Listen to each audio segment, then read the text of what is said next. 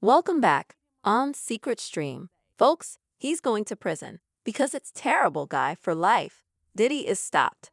More danger is coming for him, so conceal your kids and wife. The lawsuits keep coming. He has been accused of sexual assault and other crimes by 2 additional women. An FBI grand jury is ready to indict him on several sexual assault offenses. However, there is more. Former bad boy musicians are campaigning to dethrone Diddy. They may sue him in a class action.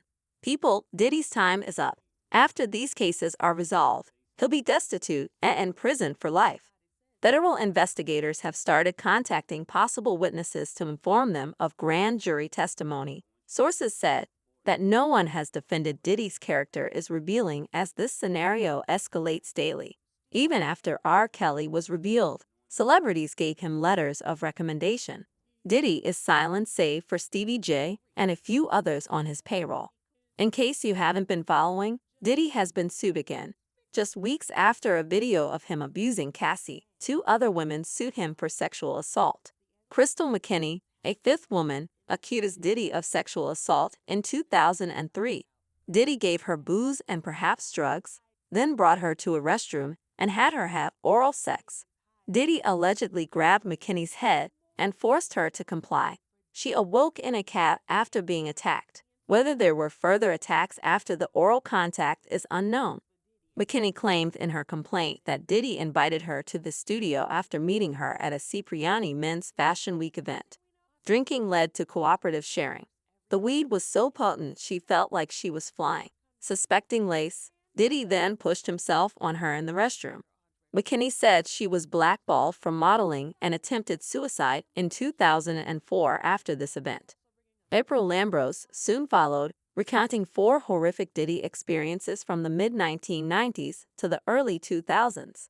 She charged him with battery, assault, sexual assault, negligent mental distress, and gender-motivated violence. She claims monetary compensation for significant mental anguish, embarrassment, anxiety, and other bodily and emotional injuries, according to the complaint. These claimed instances happened when Lambros interned at Uptown Records, where Diddy worked under Andrew Harrell before forming Bad Boy. She said she was informed 2 years ago that Diddy had covertly filmed them having sex and shown it to many others. But that's just the tip. Federal prosecutors are preparing to put Diddy before a grand jury, CNN reported. Sources say the U.S. Justice Department is close to indicting Diddy coms. They're even informing New York City witnesses who may testify.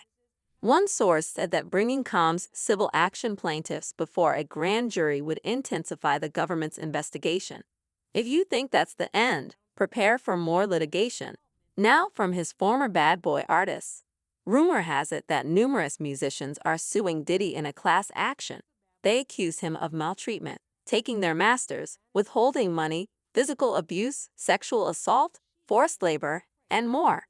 Diddy's terrible history with musicians makes this expected. Consider Tanya Blount, formerly Diddy's protégée. She made startling accusations against him. She said he sabotaged her career for revenge.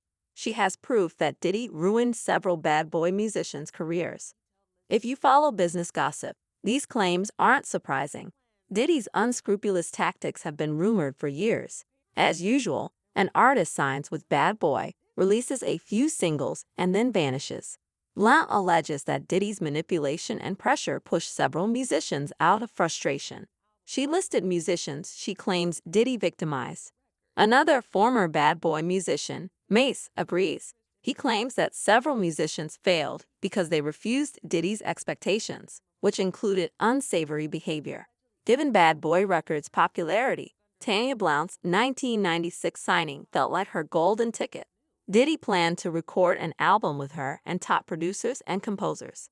He directly produced her songs. Diddy lost interest in Tanya's initiative over time. He progressively ignored it till it disappeared. Tanya told The Washington Post that Diddy ignored her initiative for months and years. She said, "There are only so many times that you can update a song." Tanya's career was in limbo in 1996 due to Diddy's uneven concentration and the music industry's harsh reality. It worsens. Diddy had her write songs like a machine in the studio, knowing they would never be published. She recorded 50 to 60 tracks she didn't like, but Diddy cut her album out of spite. A huge mess.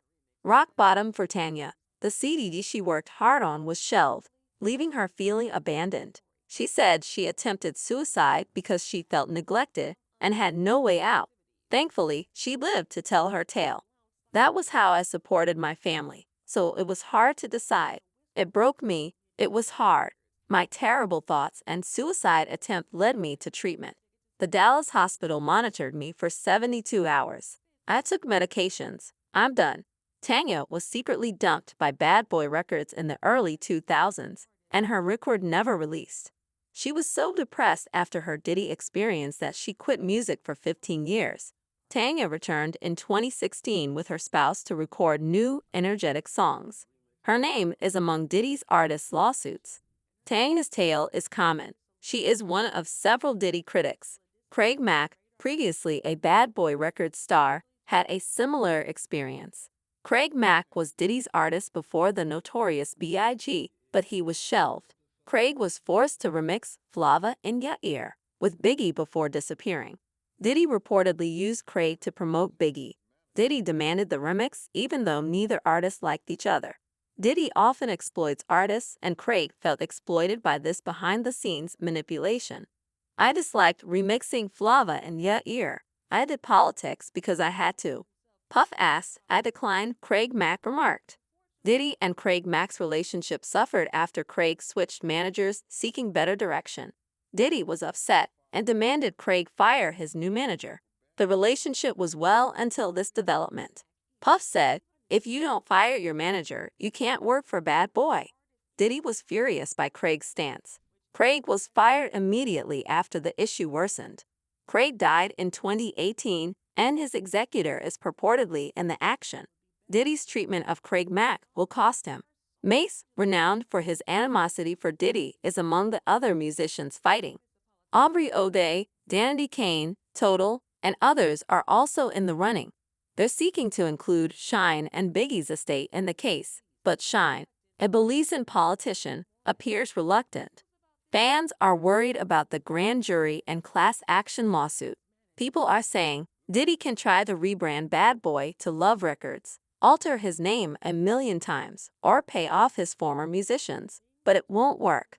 Decades have been building toward his reckoning. Sick of the BS, Mace and other Bad Boy musicians are correct. Long late, Diddy has always moved oddly, hiding behind wealth and power.